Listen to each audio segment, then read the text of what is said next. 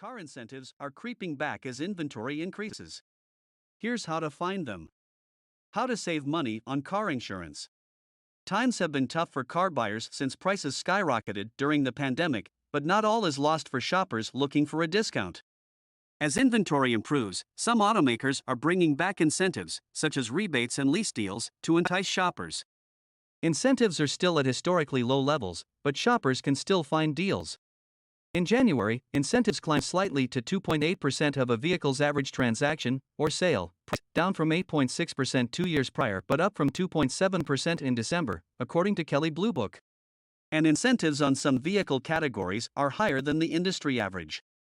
Compact SUVs, for instance, had incentives of about 3.5% of the average sale price in January, while midsize cars had incentives of about 4.5%, said Brian Moody, executive editor at AutoTrader. Will car prices drop in 2023? Used car inventory stabilizes.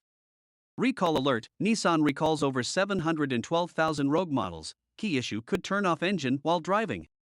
Meanwhile, electric vehicles and minivans had some of the lowest incentives at about 2% and less than 1%, respectively. You're not going to get much of a discount or a deal on minivans, same with EVs, Moody said.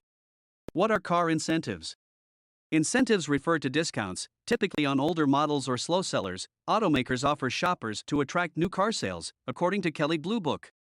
Some of the most common types of incentives include cash rebates, low-interest financing and special leases, according to car pricing site Edmunds. How do I find a discount?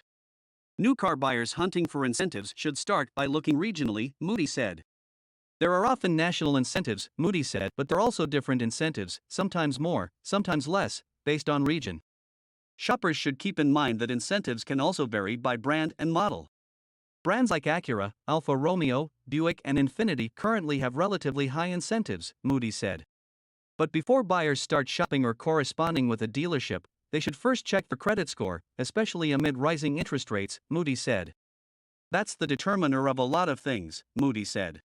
So know that first, and then you can negotiate, or you can shop, or you can plan with confidence. Which brand of car is most reliable?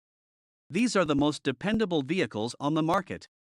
Car insurance. What is liability car insurance? Are car prices dropping?